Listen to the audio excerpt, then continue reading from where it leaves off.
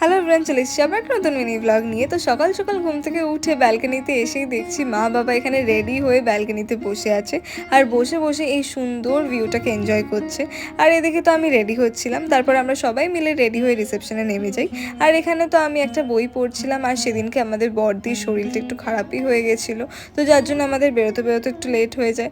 আর তারপরে আমরা বেরিয়ে যাই পুরীর এই সব সাইট সিনগুলো করতে। আর তো ফার্স্টে আমরা চলে আসি স্যান্ড আর্ট মিউজিয়ামে, যেখানে এসে আমরা প্রচুর সুন্দর সুন্দর স্যান্ড আর্টস দেখলাম। অ্যান্ড তারপরে ওদেরই এখানে একটা ক্যাফে ছিল, ক্যাফে বা রেস্টুরেন্ট, তো ওখানে এসে আমরা আমাদের ব্রেকফাস্টটাও করি। তো ফার্স্টে দিদিয়া খেয়ে নিল ধোসা, অ্যান্ড আমি খেয়েছিলাম ইডলি। তারপরে সেদিনকে এত গরম ছিল, তো সেই কারণে আমরা গাড়ির মধ্যেই খেয়ে নিই ডাব। আর এখানে তো এত হাসাহাসি হচ্ছে, কারণ আমি আর দিদিয়া এই একটা ডাবই খাচ্ছিলাম, আর ও তো আমাকে একটু খেতেই দিচ্ছিল না। আর সেদিনকে এতটাই রোদ ছিল, যার জন্য আমরা বাধ্য হলাম এই দুটো হ্যাট কিনতে। আমি একটা কিনলাম অ্যান্ড দিদিও একটা কিনলো। দেন আমরা চলে আসি সূর্য কোণারক মন্দিরে। সেখানে এসে তো আমরা সব ফটো তুললাম, তুলে গাড়িতে ফিরে যাওয়ার সময় আমরা আবার খেলাম আখের রস, কারণ এতটাই গরম ছিল। তারপরে আমরা গেছিলাম ধবলগিরিতে, আর সেখানে গিয়ে মা পুজো দিল ঠাকুরের। পুজো দেওয়ার পর বেরিয়ে মা এখানে কিনলো শশা, কারণ সেদিনকে মার ফ্রাইডে ছিল। আর এখানে সবার জন্যই কিনেছে, কারণ সবাইও খেত। এখানে আমি খেয়েছিলাম ঘুগনি, তারপরে আবার খেলাম ফুচকা।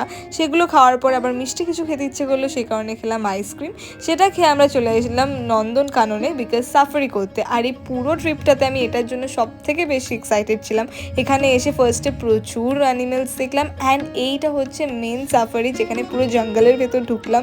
আর সেইটার জন্য তো আমি প্রচণ্ড বেশি এক্সাইটেড ছিলাম। ইনফ্যাক্ট আমরা সবাই খুব এক্সাইটেড ছিলাম। তো প্রথমে এসে আমাদের সাথে দেখা মিললো পিকক, অ্যান্ড তারপরেই দেখা মিললো এই লায়নের। অ্যান্ড এখানে দেখে তো আমি প্রচণ্ড বেশি খুশি হয়ে গেছি। তারপরে ডিয়ার প্রচুর এখানে ডিয়ার ছিল। অ্যান্ড তারপরেই দেখা মিললো এই টাইগারের। অ্যান্ড দেন আমরা সাফারি করে বেরিয়ে গেলাম। সাফারি করে বেরিয়ে দেন আমরা এখানে এলাম এলিফ্যান্টের সাথে দেখা করতে। তারপরেই তো দেখা হলো আমাদের এই চিতার সাথে, যেটা দেখে তো এত ভালো লাগছিল যে ফাইনালি সব কিছু এক্সপিরিয়েন্স করতে পারলাম। তারপর এখানে আমরা হোটেলের দিকেই ফিরছিলাম, কিন্তু তার মাঝে আমরা খেলাম এই গরম গরম রসগোল্লা, যেটা খেতে হেভি ছিল। অ্যান্ড তারপর আমরা চলে এসেছিলাম সবার জন্য শপিং করতে।